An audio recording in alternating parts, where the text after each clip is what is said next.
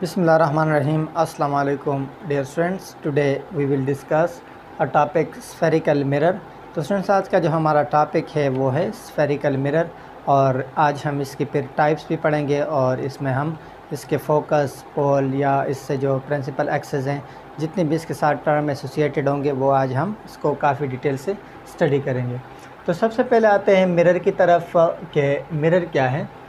कोई भी ऐसा मटेरियल जो कि वेल ट्रांसपेरेंट हो, बहुत अच्छे किस्म का वो ट्रांसपेरेंट मटेरियल हो, उसमें जो लाइट है वो अच्छे तरीके से पास हो, तो एक ट्रांसपेरेंट गिलास ली जाती है और उसी ट्रांसपेरेंट गिलास के एक साइड को पॉलिश किया जाता है और जो दूसरा साइड है वो क्या होगा फिर रिफ्लेक्टिंग,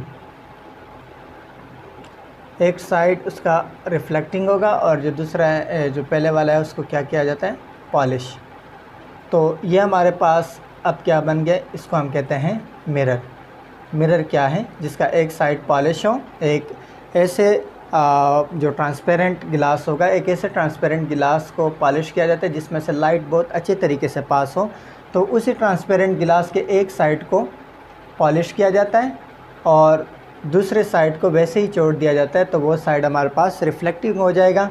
तो इसी को हम कहते हैं, जिसका एक साइड पॉलिश हो और एक साइड रिफ्लेक्टिंग हो, इसको हम कहते हैं मिरर। तो फिर हमारे पास दो तरह के मिरर होते हैं। यहाँ पर मैं मिरर का भी लिख लूँ कि वन साइड इसका क्या होगा, वो पॉलिश होगा और जो अदर साइड है वो क्या होगा, वो रिफ्लेक्टिंग होगा, उसको हम कहते हैं मिरर। तो मिरर हमारे पास दो तरह से हो सकते हैं। एक को हम कहते हैं प्लेन मिरर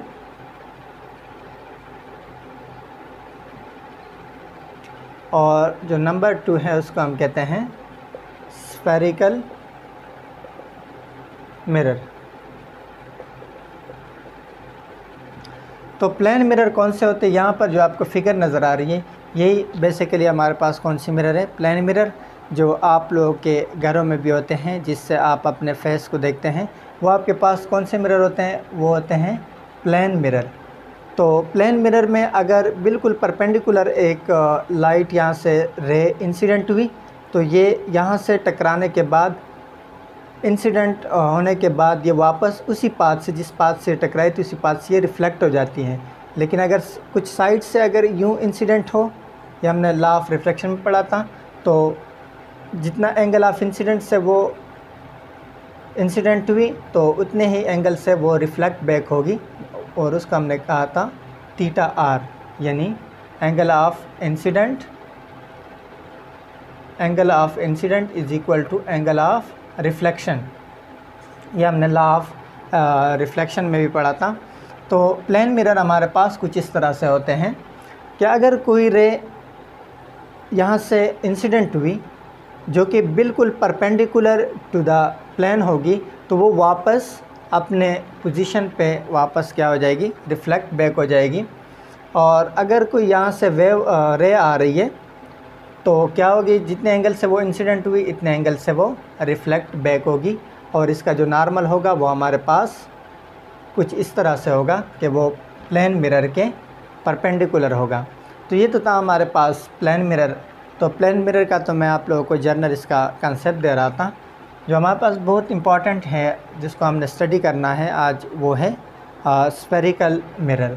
तो स्टूडेंट, स्फेरिकल मिरर क्यों कहा जाता है, क्योंकि ये किससे बनाए जाते हैं, एक स्फेयर से, एक स्फेयर के आउटर साइड या इनर साइड को पॉलिश किया जाता है, तो उसी से हमारे पास क्या बनेंगे, मिरर बनेंगे। या तो उसके आउटर साइड को पॉलिश किया जाएगा या इनर साइड को, तो हमारे पास इसके भी दो तरह से मिरर बन जाएंगे। अगर आउटर साइड पॉलिश किया जाए या उसका इनर साइड पॉलिश किया जाए, तो स्फेरिकल मिरर भी हमारे पास दो तरह के होते हैं। एक को हम कहते हैं कॉनकेव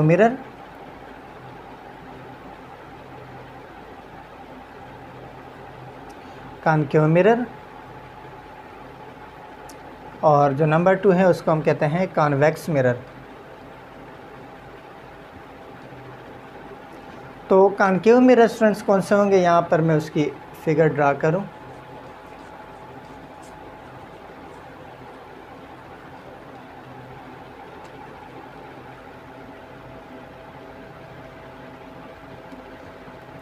ये एक स्फेयर से बनाए जाते हैं। कॉनकेव मिरर अगर एक स्फेयर है, ट्रांसपेरेंट गिलास का एक स्फेयर है यानी फुटबॉल की तरह, अगर उसके आउटर सरफेस को पॉलिश किया जाए और इनर सरफेस रिफ्लेक्टिंग हो तो ये मिरर हमारे पास क्या होगा, इस मिरर को हम कहेंगे कॉनकेव मिरर।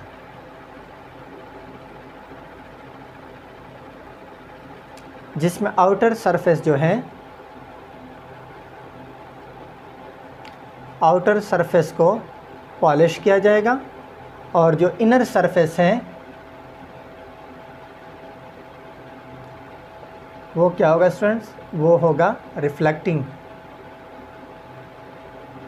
और इसको स्फेरिकल मिरर क्यों कहते हैं, क्योंकि अगर हम कंसिडर करें तो ये एक स्फेयर बन रहा है कुछ इस तरह से, यानी आप कंसिडर करें कि कोई फुटबॉल है, बिल्कुल फुटबॉल की तरह के वो एक ऐसे मटेरियल हैं जो कि ट्रांसपेरेंट है बिल्कुल फुटबॉल की तरह, तो उसके आउटर सरफेस को पॉलिश कर दिया गया, तो फिर उसके बाद उसको एक पीस को काट दिया गया, यानी ये जो पीस है उसको अलहदा किया गया, तो ये जो हमारे पास मिरर बन गई है, ये मिरर हमारे पास क्या होगी, इसको हम कहते हैं कॉनकेव मिरर।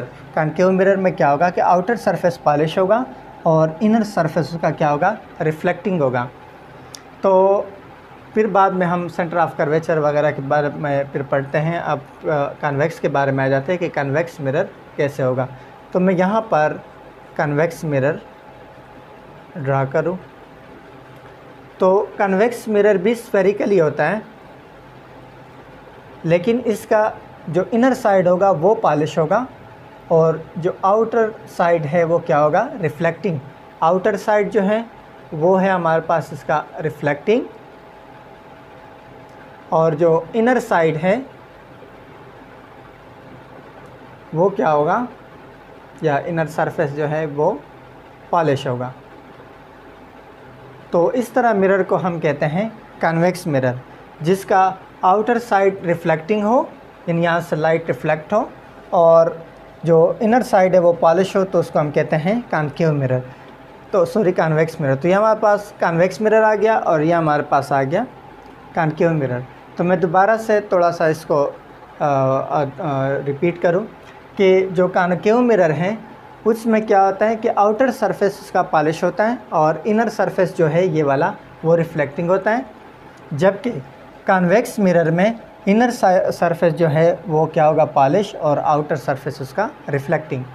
तो अगर यहाँ से कोई रे आ रही है तो वो रे क्या होगी, पहले यहाँ पर हम पढ़ लेते हैं प्रिंसिपल एक्सेस, फोकल पॉइंट और सेंटर ऑफ कर्वेचर के बारे में, फिर इसके रेस के बारे में भी पढ़ते हैं कि अगर लाइट रेज आ रही हैं तो वो यहाँ से उसका बिहेवियर कैसे होगा जब इस सरफेस के ऊपर वो फॉल होंगी।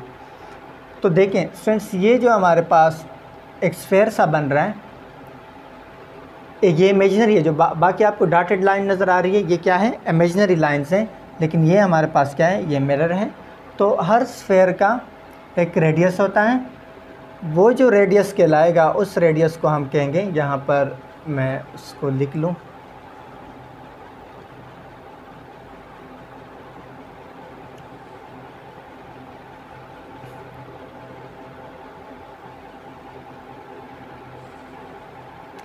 इस रेडियस को हम कहेंगे, ये जो आपको नज़र आ रहा है, ये लेट से कहीं पर भी आप ले लें, कैपिटल आर से उसको डिनोट किया जाता है। और ये है हमारे पास रेडियस ऑफ कर्वेचर, इसको कहा जाता है रेडियस ऑफ कर्वेचर, इसको रेडियस ऑफ कर्वेचर कहा जाता है और इसको डिनोट किया जाता है आर से। ये तो हमारे पास रेडियस ऑफ कर्वेचर आ गया कि किसी भी जो स्फेयर है स्फेरिकल मिरर का, उसके रेडियस को हम कहते हैं रेडियस ऑफ कर्वेचर। और ये जो आपको सेंटर नज़र आ रहा है इसको हम कहते हैं सेंटर ऑफ कर्वेचर, इसको हम कहते हैं सेंटर ऑफ कर्वेचर, जिसको सी से डिनोट किया जाता है। जो आपको नज़र आ रहा है सेंटर, एग्जैक्ट सेंटर, ये तो हमारे पास रेडियस था एक स्फेयर का, लेकिन जो आपको सेंटर नज़र आ रहा है उसको हम सी से डिनोट करते हैं, और वो है हमारे पास centre of curvature. Centre of वो है हमारे पास कर्वेचर।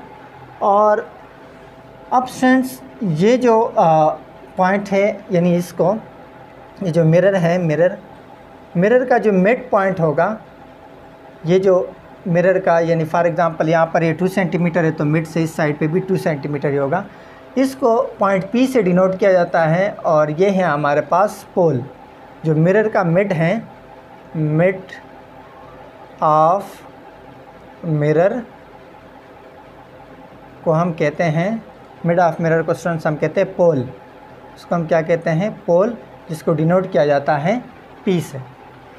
अब जो सेंटर ऑफ कर्वेचर है और पोल को जो लाइन जॉइन कर रही है, जो लाइन सेंटर ऑफ कर्वेचर से पास होकर पोल से भी पास हो, इस लाइन को हम कहते हैं, मैं यहाँ से यूँ कर लूँ, इसको हम कहते हैं प्रिंसिपल एक्सिस।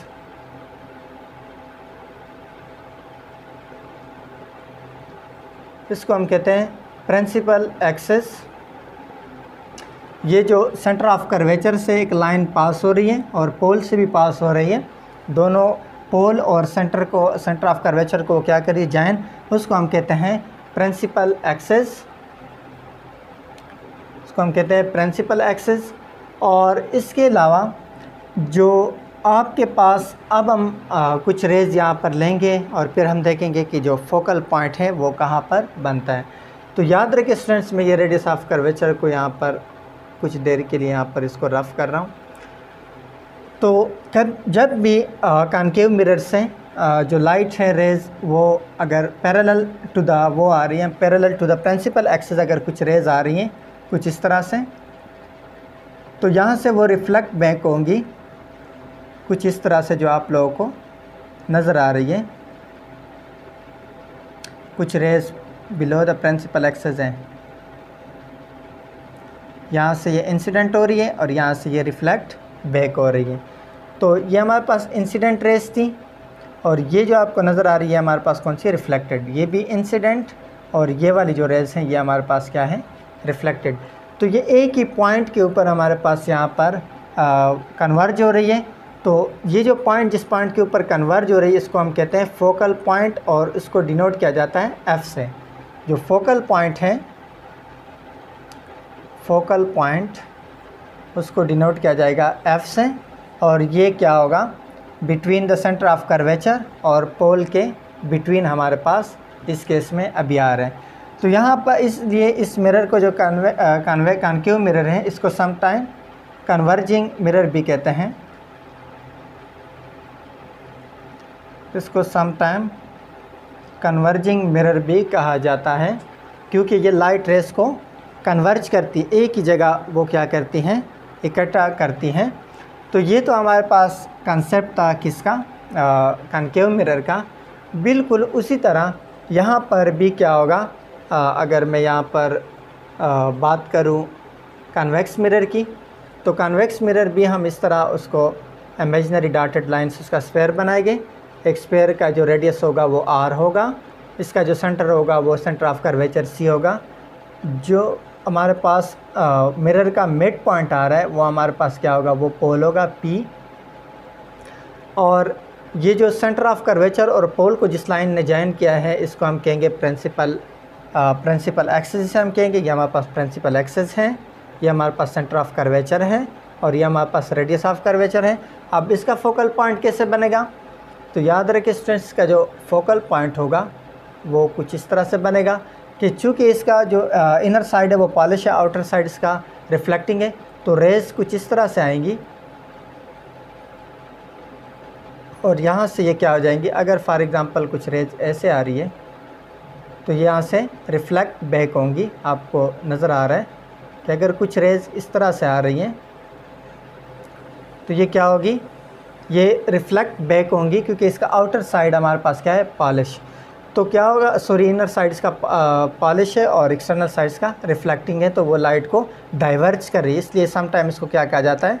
डाइवर्जिंग मिरर भी इसको कहा जाता है, डाइवर्जिंग मिरर, क्योंकि ये लाइट को क्या करती हैं? डाइवर्ज करती हैं।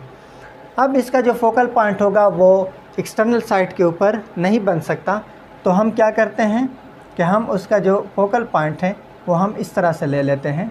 यहाँ पर कुछ डॉटेड लाइन्स ले लेते हैं जो आपको नज़र आ रहा है बोर्ड के ऊपर। तो इसका जो फोकल पॉइंट होगा वो बिहाइंड द मिरर बनेगा, मिरर के पीछे।